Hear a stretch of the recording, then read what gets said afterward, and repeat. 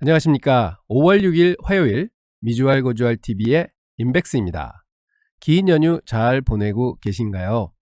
미국 뉴욕에서 가장 따끈따끈한 월스트리트의 소식과 깊이 있는 분석을 우리 투자자 여러분께 속 시원하게 미주알 고주알 전해드리도록 하겠습니다. 중요한 소식들이 많으니 끝까지 채널 고정 부탁드립니다.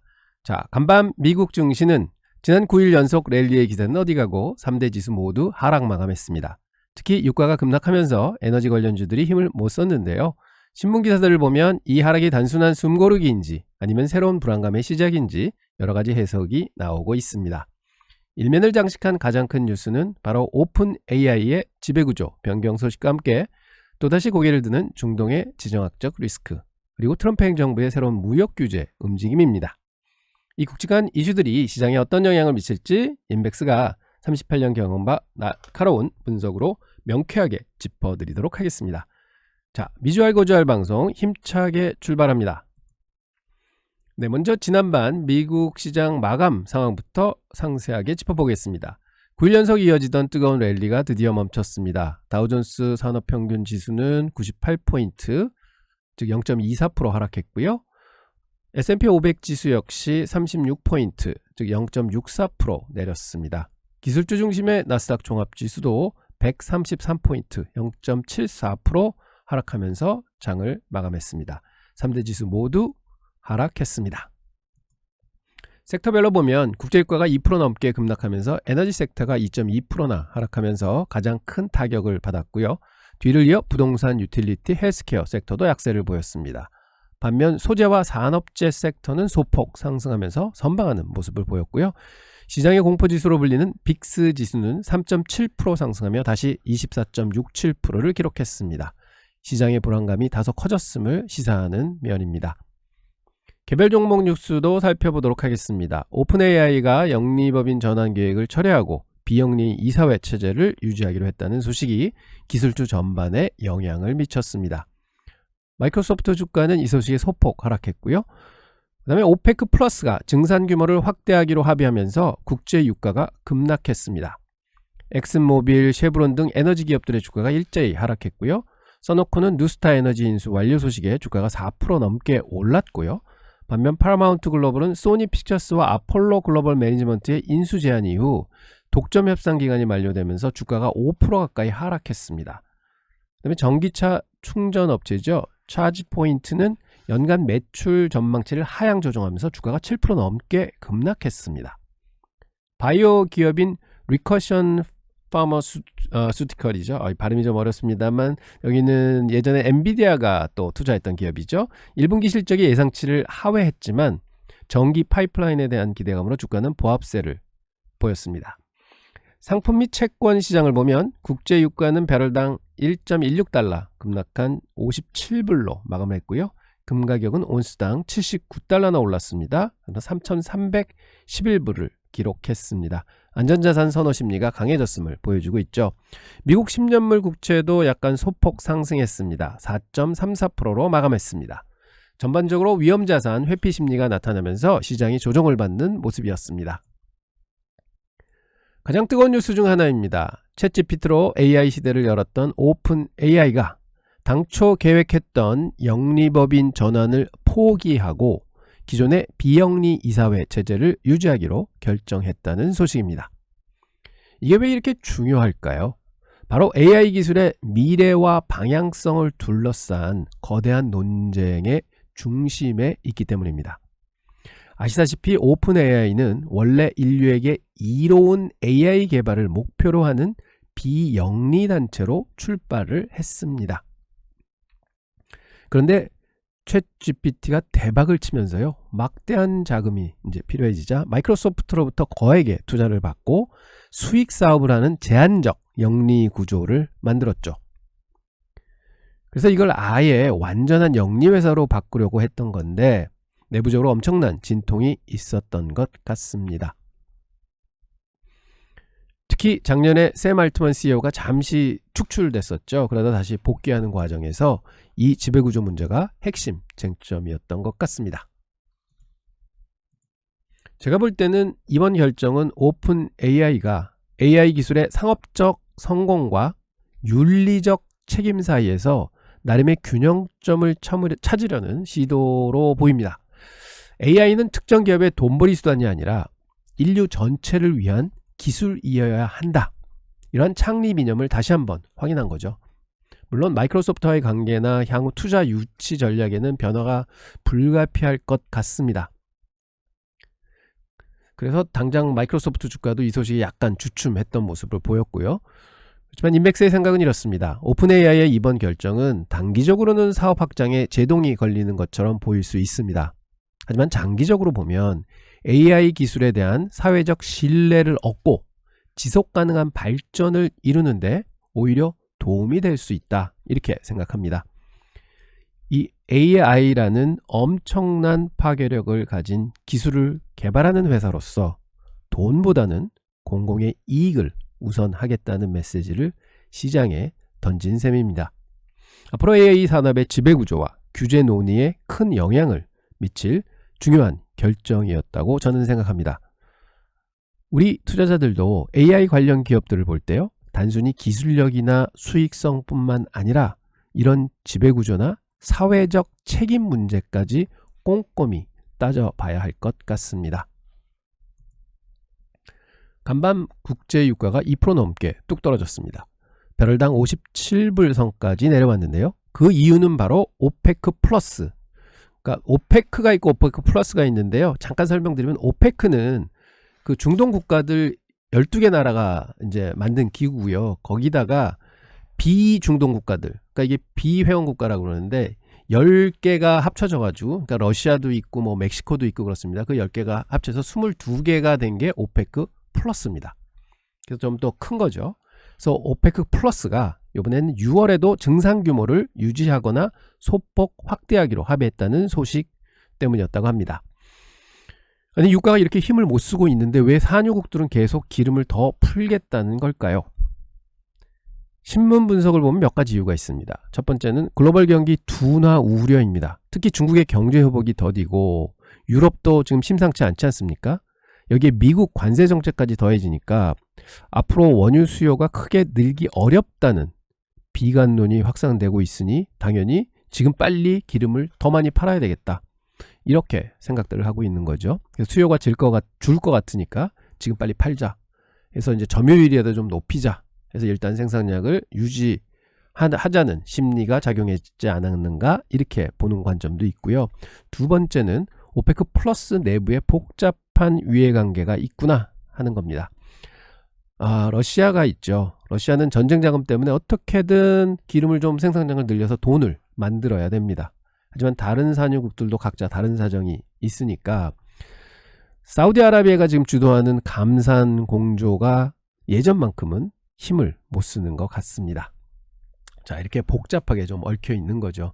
그래서 이번에 이 증산 규모를 유지하는 거는 아마 러시아의 힘이 세지 않았는가, 이렇게 생각합니다. 제가 오랜 기간 시장에 있으면서 유가를 보면요, 항상 느끼는 게 있습니다. 유가는 정말 여러 가지 변수가 이제 섞여 있기 때문에 이거를 예상하는 거는 진짜 어렵습니다. 단순히 수급 논리만으로 움직이지는 않습니다. 지정학적 리스크도 있고 각국 정부의 정책도 있고 뭐 어떤 특별한 이유도 있고, 그 다음에 투기적 자금도 참 기름 시장을 많이 왔다 갔다 하죠. 그래서 이번 유가 하락도 너무 많은 것들이 복합적으로 이렇게 영향을 미치고 있지 않는가, 이렇게 봅니다. 그래서 인백스는 이번 유가 하락과 오페크 플러스의 결정은 단순히 공급이 늘어난다는 의미를 넘어선다고 봅니다. 이건 글로벌 경기 둔화에 대한 산유국들의 암묵적인 인정이 아닌가, 또 이렇게도 생각해 봅니다. 또한 인플레이션 완화에도 도움이 될 수 있지만 반대로 경기 침체의 전조일 수도 있다, 이렇게 생각하면 이게 약간 양면성이 있는 것 같습니다. 우리 투자자들은 유가 하락이 가져올 파장을 다각도로 생각하고 고민해야 합니다. 특히 에너지주 투자하시는 분들은 특히 좀 긴장을 하셔야 될 것 같고요. 항공이나 해운처럼 유가에 민감한 산업은 또 다른 기회일 수도 있습니다. 하지만 가장 중요한 건 바로 경기 침체 가능성이 커지고 있다는 겁니다. 이걸 항상 염두에 두시기 바랍니다. 지난주 금요일 4월 고용보고서가 예상보다 잘 나와서 시장이 이제 환호를 했었죠. 근데 신문 기사 또 보면 그 이면에 숨겨진 미국 노동시장의 불안한 모습을 지적하고 있습니다. 바로 기업들의 채용 공고 건수는 줄어들고 있다. 그리고 반대로 정리해고 계획은 늘고 있다. 이렇게 기사가 나오고 있는데요. 3월달 채용 공고 건수는 2년 만에 최저 수준을 기록했다고 하고요. 이제 채용 공고가 적어지는 거죠. 특히 전문직 및 비즈니스 서비스 분야에서 감소폭이 매우 컸다고 합니다. 이건 기업들이 미래 경기를 불확실하게 보고 신규 채용에 매우 신중해졌다는 명백한 증거고요. 반면에 4월 기업들의 감원 계획은 작년 같은 기간보다 68%나 늘었다고 합니다. 주로 기술기업과 금융 서비스 분야에서 해고가 많았다고 하네요. 제가 볼 때는 이게 바로 경기 둔화의 초기 신호입니다. 기업들이 가장 먼저 비용을 줄이는 게 뭔지 아십니까? 바로 사람입니다. 인력에 관한 비용이죠. 신규 채용 줄이고 기존 인력 구조조정하고, 이게 시작되면 소비 심리는 더욱더 위축될 수밖에 없습니다. 지난주 블록이나 웬디스 실적에서도 이미 경고음이 울렸다고 제가 말씀을 드렸었습니다. 인백스의 의견은 명확하게 말씀드릴 수 있습니다. 지난 금요일 고용보고서 헤드라인 숫자에 속지 마십시오. 그건 이미 지나간 과거의 이야기일 수밖에 없습니다. 즉 4월 트럼프 관세 정책 이전의 수치입니다. 지금 우리가 주목해야 할 것은 바로 이 기사처럼 노동시장의 질적인 변화입니다. 채용 공고 감소, 그리고 해고 증가. 앞으로 미국 경제가 어려워질 수 있다는 강력한 시그널입니다. 투자 결정에 반드시 이 부분을 반영하셔야 됩니다. 미디어업계의 빅딜러 관심을 모았던 파라마운트 글로벌의 인수전이 다시 한번 안개 속으로 빠져들었다고 합니다. 소니 픽처스와 사모펀드 아폴로 글로벌 매니지먼트가 제시했던 260억 불, 즉 우리나라 돈으로 37조 원입니다. 이 규모의 인수 제안에 대한 독점 협상 기간이 지난 금요일로 만료가 됐죠. 그러니까 딜 없어로 끝났습니다. 파라마운트 이사회는 이 제안을 받아들일지 아니면 기존에 논의됐던 스카이댄스 미디어의 합병안을 선택할지를 두고 계속 저울질을 하다가 결국 시한 내에 결론을 내리지 못했다고 합니다. 그래서 이 딜은 이제 날아간 거죠. 그래서 이제 파라마운트는 다른 잠재적 인수 후보자들과 협상할 수 있게 됐지만 상황은 더욱 복잡해졌다고 합니다. 제가 M&A 시장을 오랫동안 지켜본 바로는요, 이렇게 협상이 길어지고 여러 후보가 등장하는 건 결코 좋은 신호는 아닙니다. 그만큼 파라마운트라는 회사의 미래 가치에 대한 의견이 분분하다는 뜻이죠. 인수 조건에 대한 눈높이도 맞추기가 어렵다는 방증입니다. 스트리밍 시장 경쟁은 갈수록 치열해져 가고 있고, 광고 시장은 위축되고 있고, 그래서 파라마운트가 가진 자산, 즉 영화 스튜디오, 방송 네트워크, 스트리밍 서비스 등 이런 것들이 매력적이긴 하지만 이걸 어떻게 잘 요리해서 수익으로 만들어낼 수 있는가 하는 것은 또 다른 문제인 것 같습니다. 그래서 이게 어떻게 진행이 되는 것일지 잘 지켜봐야 될 것 같습니다. 그래서 인백스의 생각은 이렇습니다. 파라마운트 인수전은 단순히 한 기업의 M&A를 넘어서 급변하고 있는 미디어 산업의 현재와 미래를 보여주는 축소판이다, 이렇게 생각합니다.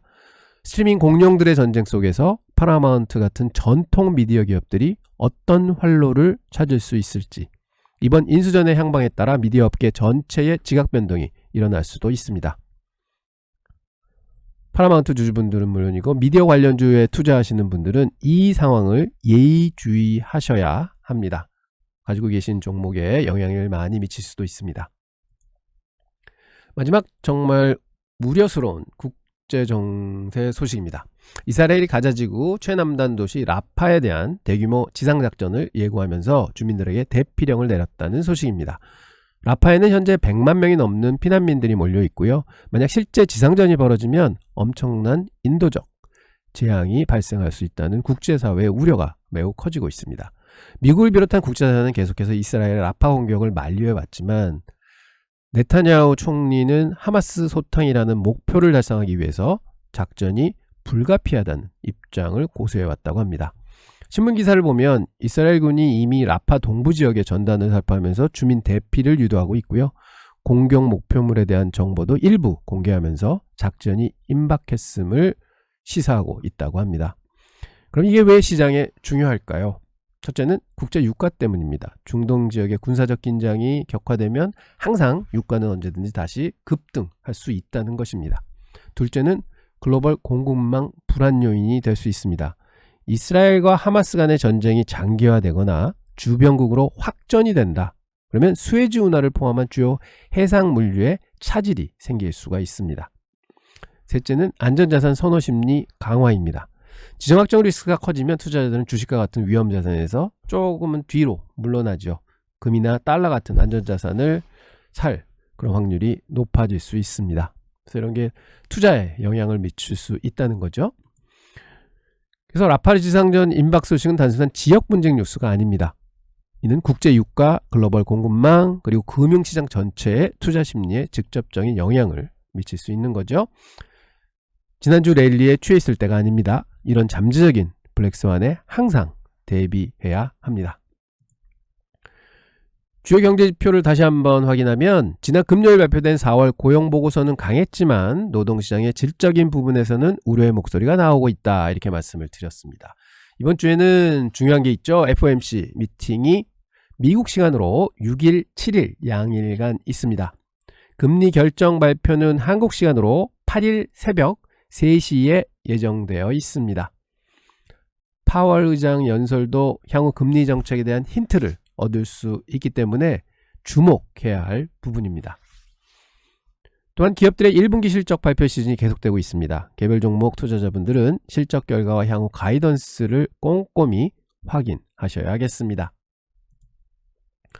방송 어떻게 보셨나요? 오픈AI의 중대한 결정부터 오페크 플러스의 예상 밖 증산, 미국 노동시장의 속사정, 파라마운트 M&A 안개 속, 그리고 다시 한번 고조되는 중동의 긴장까지 정말 정신없이 달려왔습니다.